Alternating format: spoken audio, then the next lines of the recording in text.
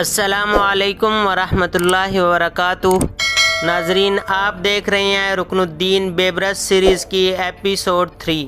ناظرین، ایپیسوڈ 2 میں آپ جان چکے ہیں کہ جب صلیبیوں نے مصر کے اوپر حملہ کیا، سلطان رکن الدین بیبرس نے بڑے جوش اور ولولے سے ان کا مقابلہ کیا اور عوام کا محو مرکز بن گیا۔ ناظرین، اس جنگ میں مسلمانوں نے صلیبیوں کو شکست دی اور مسلمانوں کا سابقہ سلطان جنگ سے پہلے ہی وفات پا گیا تھا۔ نیا سلطان معزز الدین کو مقرر کیا گیا اور رکن الدین بیبرس کو فوج کا سالار اعلیٰ مقرر کر دیا گیا۔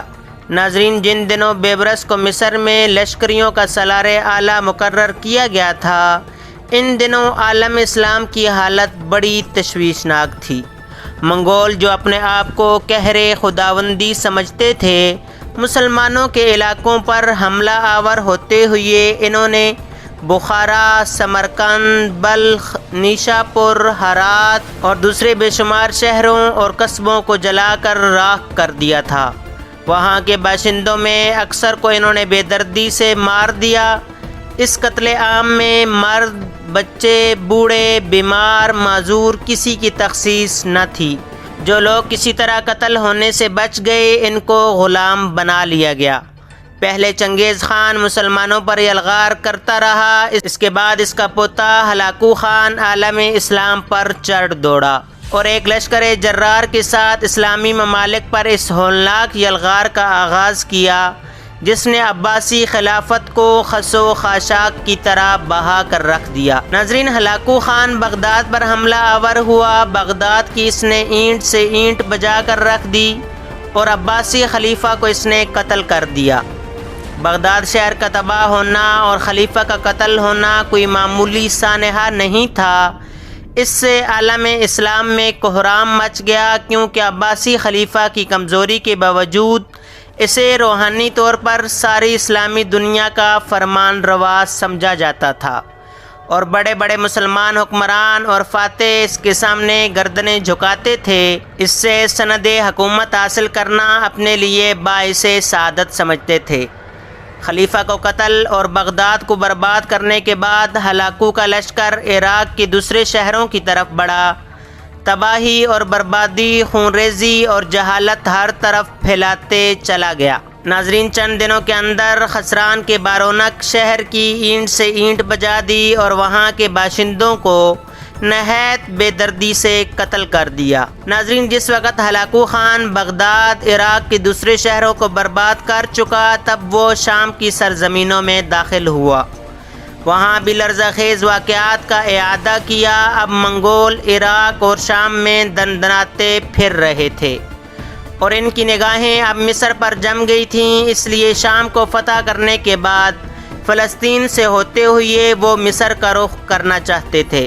ناظرین، مصر میں اس وقت چونکہ حکمران نوعمر سلطان تھا، لہٰذا سارے سالاروں نے آپس میں مشورہ کیا کہ عنقریب منگول مصر پر حملہ آور ہونے کی ابتدا کر دیں گے، لہٰذا مصر کا سلطان کسی تجربہ کار شخص کو بنانا چاہیے۔ چنانچہ یہ فیصلہ کیا گیا کہ معزز الدین، جو اس سے پہلے نوعمر سلطان کا ایک طرح سے شریک کار اور مددگار تھا، اسے مصر کا سلطان بنا دیا گیا اور بیبرس کو مصر کے سارے لشکروں کا سالار اعلیٰ رکھا گیا۔ معزز الدین ملک مظفر کے نام سے مشہور ہوا۔ ناظرین، دوسری طرف منگول عراق اور شام کو پامال کرتے ہوئے فلسطین میں نمودار ہوئے۔ فلسطین میں اپنے قدم جمانے کے بعد اب ان کی نگاہیں مصر پر جم چکی تھیں اور وہ ہر صورت مصر پر قبضہ کرنا چاہتے تھے، اس لیے کہ فلسطین اور مصر کے درمیان صحرائے سینا نام کا ایک چھوٹا سا ریگستانی ٹکڑا ہی حائل تھا اور منگولوں کو پختہ یقین تھا کہ وہ اس صحرائی ٹکڑے کو پار کر کے اس سرزمین میں قدم رکھ کر وہاں بھی قابض ہو جانے میں کامیاب ہو جائیں گے۔ وہ یہ بھی سوچ رہے تھے کہ اب مسلمانوں کی بجائے ان کی کشتیاں دریائے نیل میں چلا کریں گی۔ منگولوں کی اس یلغار کو روکنے کے لیے اب مصر کا نیا سلطان ملک مظفر اور سالار اعلیٰ بیبرس دونوں مل کر اپنے لشکر کی تعداد بڑھانے کے ساتھ ان کی تربیت کا کام بھی سر انجام دینے لگے تھے۔ آخر فلسطین میں قدم جمانے کے بعد ہلاکو نے مصر پر قبضہ کرنے کا فیصلہ کر لیا اس نے مصر کے سلطان کے نام ایک خط لکھا جس کا مضمون یہ تھا: یہ اس کا فرمان ہے جو ساری دنیا کا آقا ہے، اپنے شہر پناہ منہدم کر دو، اطاعت قبول کر لو، اور اگر ایسا کرو گے تو تمہیں امن اور چین سے زندہ رہنے دیا جائے گا، اور اگر تم نے یہ بات نہ مانی تو پھر تم کو جو کچھ پیش آئے گا وہ بلند بالا اور جادوانی آسمان کے علاوہ کوئی نہیں جانتا۔ ناظرین، منگول ارواح پرست تھے۔ ان کا عقیدہ تھا کہ کائنات کی ہر شے ایک روح رکھتی ہے۔ نیک اور بد روحوں کو انسانوں کی زندگی پر بڑی حد تک غلبہ حاصل ہے۔ جادوانی بلند اور بالا آسمان کی روح ان کے ہاں سب سے بڑی اور طاقتور خیال کی جاتی تھی۔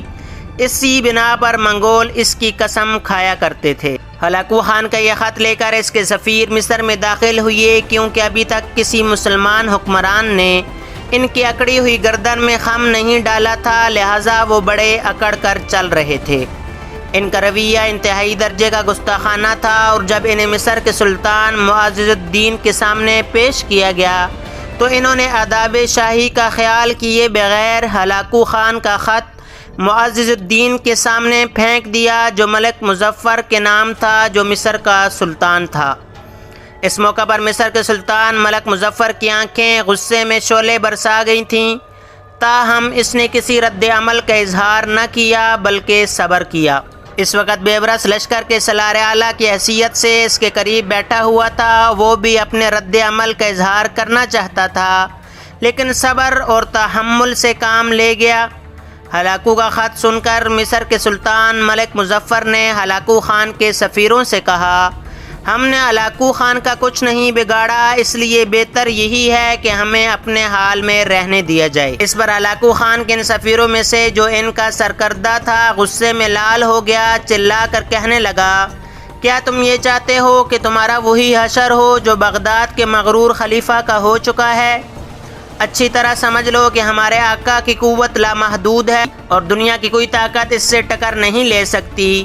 وہ خوب جانتا ہے کہ تم جیسے خود سر حکمران اور ان کی رعایا سے کیا سلوک کرنا چاہیے۔ مصر کے سلطان ملک مظفر نے ان سفیروں کو بڑا سمجھایا کہ اپنی روز سے باز آ جائیں، لیکن ان کا لب و لہجہ ناقابل برداشت ہوتا چلا گیا۔ اس موقع پر ملک مظفر نے اپنے بہت سے سالاروں سے مشورہ کیا کہ اس موقع پر کیا کرنا چاہیے۔ اکثر سالاروں کی رائے یہ تھی کہ منگولوں کی غیر مشروط اطاعت قبول کر لینی چاہیے، اسی میں بہتری اور بھلائی ہے۔ ناظرین، اپنے سالاروں کے ان الفاظ پر بیبرس آتش فشاں کی طرح بھڑک اٹھا اور ہلاکو خان کے سفیروں کے سامنے چھاتی تانے ہوئے جرأت مندی کا اظہار کرتے ہوئے کہنے لگا: مصر مسلمانوں کی آخری امیدگاہ ہے اور اس کی حفاظت کے لیے ہم سر سے کفن باندھ کر لڑیں گے۔ ناظرین، سلطان رکن الدین بیبرس سیریز کا سلسلہ جاری ہے۔ امید ہے آج کی ویڈیو آپ کو پسند آئی ہوگی۔ اگر ویڈیو پسند آئی ہو تو لائک شیئر کریں اور کمنٹ باکس میں اپنی رائے ضرور دیں۔ ملتے ہیں اگلی ویڈیو میں۔ اللہ حافظ۔